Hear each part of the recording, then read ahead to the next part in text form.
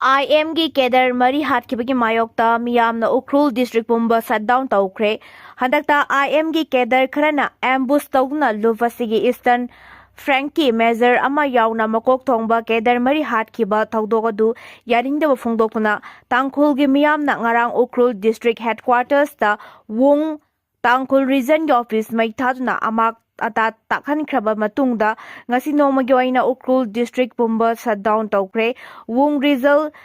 Tangkhul region gi manungchana leiba Hongbei village ta Naga army gi personnel mari Hatkhibagi thawong adubu All Naga Student Association Manipur ansamna condemn tawrakli. Lupasida thadorakpa cherola manahai apunbagi saktam sagatpagi tangai fadaba tanpham laklaba matam asida Naga army gi personnel Hatkhibagi thawong aduna Furup asigi miyoi pumnamakta ningba kaihale Serak sida Chief Minister Yumnam Khemsana Ukhul district ta khundariba Tangkhul Naga Furuki miyoi sing pungning phadabinaba amasung leingakna law and order ngaknaba honariba sigi mateng pangbiu haina appeal tawkhre. Cadre drug ta chenaba ama phaba changluba matamda inspector ama thangna thilakre. Imphal East district ki manung chanba Cadre Yungkhaibam Leikai area da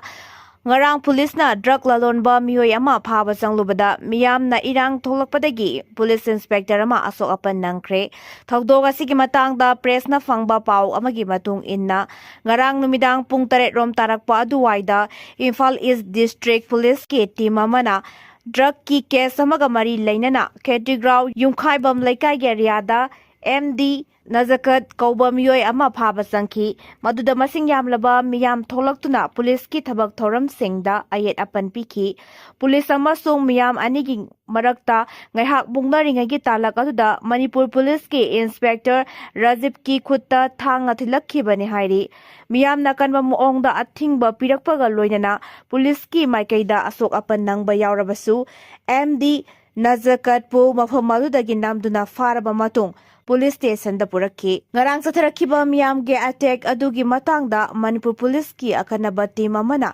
thijinba haukhre haire.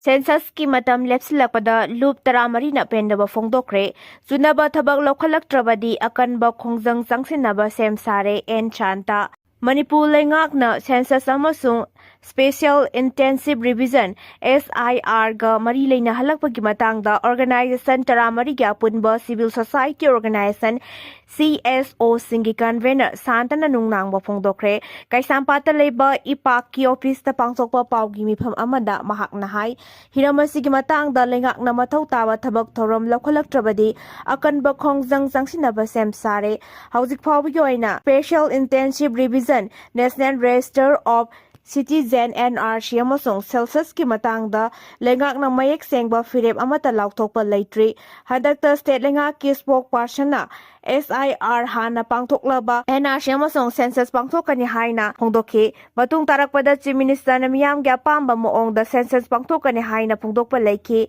Manipur ga lonariba ngangkhoi sambal ningthina khadaba maramna matam kyagi mamangdagi mitop kaya ayaba yauduna state asida changsilagi haiba pumnamakna khangnaraba wafamni Ministry of Home Affairs na zungangkhoi wangmadagi mitop kaya ayaba yauduna changlakpagi wafam lengakna hiramasigi matangda civil society organization singa ningthina tanaba tawdana thabak paikhatpa chumde census ta mathau tawgadoriba enumerator khanbagi matangda mahakna hai state asida hauzik thokliba wathoga si yenglaga village subdivision da enumerator achumba nate constitution adugi local MLA na fauba separate administration gi demand tawguna leiringai gi cherak asida kari maram gi Honglepta census taunabak akhanaba kanglup amagi miyoi sing enumerator oina khankibano haibasi achoba wahang ama oiri state asigi subdivision mapanda amuk hana census tawgadabani haiba high court ki yathang fawba lengakna thausadabgi maram karigino haina hangladuna mahakna hai mikok thibaga mari leinana miyamda Lairiba samamnaba sing Chief Minister na hauzik fawba kokhan bangamdri hiramasigi matangda lengaki maikaidigi mayek sengba firep amal lauthokpa mathau tari NIA na fakiba miyoi taret adu Manipurgi isudagi na thainaba honare handakta fakiba American ama Ukrainian tarukki thawongna India da akaiba leiroi Amit Shah NIAna handak fakiba American ama amasung Ukrainian tarukna chatharamliba thawong aduna lebaki security da thoidokna akaiba thokanbagi wafam leiroi haina Union Home Minister Amit Shah na phungdokhre adubu lebaga sigi miyoi kyanadi makhoi taret fakibagi thawdok adu hauzik Manipur da thokliba isu asiga mari leina handanaba honare haina maral siri Kolkata Lucknow amasung Delhi da NIA gi team amana American ama amasung Ukrainian taruk faba leikrabani hyriba miyoi sing adu Mizoram fauraga Myanmar chanaba honabada NIA gi team amana fakibani Myanmar chanabagi lambi ama oina India gi mafam khara fawbada leibak asigi security da thoidokna akaiba pibagi wafam leiroi Ukrainian sing adu Myanmar da chatlabaga training tawna bahonabada lamkhang da gi fakibani Makoina Mizoram da changlakpa matamda foreigner singna paigadaba permit loinarakhiba leite lebaki security da akaiba thogalakadaba leiragadi mapal lebaki miyoi sing changlakpada athingba thamgani adubu handak fakiba miyoi sing adudi India gi security da thoidokna akaiba pibagi wafam leite haina Home Minister na phongdokhe Saliba Mas Kuntrama thoi fawbagi manungda Nexalite ki iho mapung fana namthagani haiba lenga ki firep aduga mari leinana hangkiba wahang amada Home Minister na hai Nexalite chingna mamang da satharamba attack singa manaba maongda lebaga sigi mafam amata da kudongtiba thaudok thohan bangamdre manung hanjin ba mafam singda senggot chagatpagi thabak thauram sing mapung fana paikhatpa maramna Nexalite ki hoda miyamna sogatpagi sang hantharakle haukiba mastaraga tareta NIA gi team amana airport ahumdagi American amasung Ukrainian taru Unlawful Activities Prohibition Act ki makhada fakibani hyriba American adugi maming Bandit kowi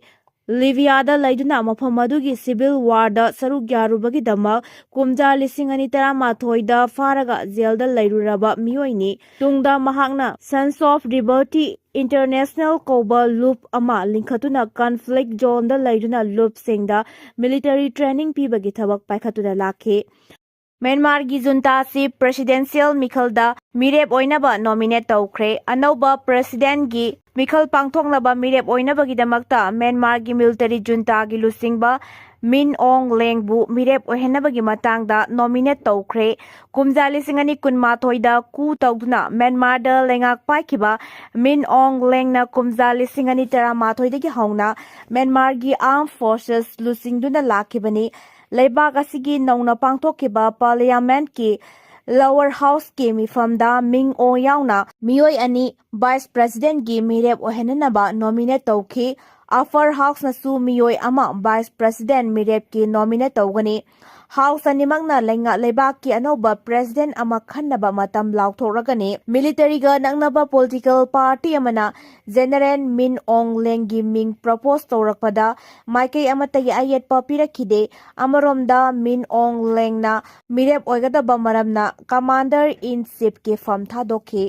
Mitop yokhaliba sing miyamna para tambidringaida isana semdok pi horo isagi khudong saba kharagi damakta Aadhaar amadi electoral roll da mitop miyancha sing enroll tawduna hapsiliba amadi khangna chanabani haiduna mitop yokhaliba sing miyamna para tambidringaida isana khangna semdok pi horo haina All Manipur Student Union MSU gi maikedi thamlakli MSU na realize to save the indigenous people of Manipur haiba hiramda leptana jatharakliba niputarurak suba mikap thokpa thabum thauramgi academic campaign gi tharuk ama oina ngasi boton sana girls higher secondary school Uripok Royal Academy of Advanced Learning top sipai amadi SI school Kansipuda Mahiroi amadi oza singa puna khangminabagi mifam pangthokre campaign atuda MSU gi general secretary Salam Sangkhon banahai mitoptagi iramda masi kannaba honabada lengakta khaktamak thajaba susumde lamdamasida laiminariba Manipuri khudemak mikap thokuna isa isagi thaudang singadu lobachangi phongdokhe IDP yankhai yum sanaba changlakpa selfam phandokre lengak nganampuda thabak amata paikhatpiganu basanta Sajiwa amasung sawambu relief camp ta leiba ikogi inmate Family Yankhigi Yum Sanaba Ahanba Face Sanglakpa Lising Nimpumanga Apunba Senpam Lak Kunmari Sombung Junior Block Development Officer da Senpam Madu Handokre IDP Singi Oina Yum Sanaba PMAY GFY Housing Scheme gi lupa lak amaga lising kuntra amadi State Home Department na lak amaga lising humputara punna lak ahumpi na balenga ki thaurang adu yaningdaba utuna yamlaba IDP singna Sawambung Block Development Officer Sawambung City Block Development Officer Sawambung City Block da lak kunmari gi senpam adu handoklaba ngasi numit jungba pung tarakani thoi helakpada thomjin khibane miyamna Block Development Officer aduga unana bahona khiba adu DC yawba meeting ama saruk yari haina mobile gi khutangda miyamga wari sanarba matung Junior BDO gi manakta senpam adu thamjilapkhibane khongjang asiga mari leinana ikaw gi IDP Longjam Basantana Paumi Singh the High, Yum Hanzina Bapambai Latringa Cherakta, Matam Gosuna the Moong the Yum Sana Bakaitarapa Lengaki, Haiku Manada Yomba Senpa Maduna, Miambu Apang Basibani, Mangzona Ikogi IDP Singna, Yum Savagi Senpa Masi, PB Raktabana, Marilenava Imphal East District Authority da Memorandum Piduna Kangan Kibal Lairabani. Mahangna makata na hai matam ga chunaba moong da pot tang bagi phibam yengduna ikaw da chatpiraga marik sumba survey tawraga yum sabagi senpam masi lengak na pibiyu miyamgi ihul khangduna mapi mapa oiriba lengak na ngamle haina nampuda thabak amata paikhat piganu haina su cherolasina phongdorakki Siraba mi amuk hingalakpa yai haibagi thazaba thamduna asiba haksang sing kham thengna inglaba deep freeze ta thamna rakre Siraba mi amuk hingalakpa yai haibagi thazaba thamduna asiba haksang sing kham thengna inglaba deep freeze ta thamna rakre hairi report asigi matungina miyoi ama siba haibasi mi adugi punsi matam pumbagi oina loire haina ngasi fawba lawngaduna lakhibani adubu miyoi kharadi miyoi bagi punsida siba haibasi ayet apal tholakpa thogdok amagumna lawnari Saukhalakpagi matung inna siraba miyoi sing sahi kharagi matungda amuk hingalakpa yai haibagi wakhalonda asiba haksang sing adu -degree 196 yawna ingba deep freeze ta thamnarakibani asigumba thawong asi cryonic technique haina kawi Cryonic hyriba thawong asigi matung inadi mi amana siba haibasi miyoi amagi aroiba nate asiba haksang deep freeze ta thamnariba si life insurance amani haina lawnari adumakpu thawong asi kadai fawba lakadoriba chahi singda mai pak pangamgadoribano haibadudi chapsara khangba ngamdre MIT Technology Review gi report ki matung inna lakadoriba sahi singda siraba miyoi amuk hanna hingalakna bagi technique soidna puthokani haibagi thazaba chawna thamli asiba mi amuk hanna hingat hanna bagi thabak America gi Arizona da leiba Alcove Life Extension Foundation amadi leibak asimaki Michigan da leiriba Cryonic Institute na yamna kanna thijin humjin bagi thabak chathari thazaba sina maram moiraga hauji fawbagi manungda malemgi tongan ba lewak singdagi asiba haksang samanga rom drip freeze ta thamnarakre haire Security Force ke kangbuna chatharakpa search operation da ngarang aina thingkraba lal haurup UPPK gilanmi ama Imphal East District ke Sagolmang Police Station ke manung channa ising thambi mapal laikai da leiba masagi mayumda ke fare haire faraba US ke maming kharibam boinau maitai Elias lamngakpa chei kuntragani thoi kawi amarom da ngarang Security Force ke kangbuna miyam dagi namduna senkhai thumkhai tawbani haiba lal haurup RPF PLA gi active cadre ama Imphal East District ke Porongpat Police Station ke manung chanba hapta kangjibung area dagi fare hari faraba US ke maming thoksom kheljit maitai Elias Kenni chahi nimpugani pan kawi naurem thong khuman them laikai dagi ni mongon dagi mobile phone amasu recover tawre haire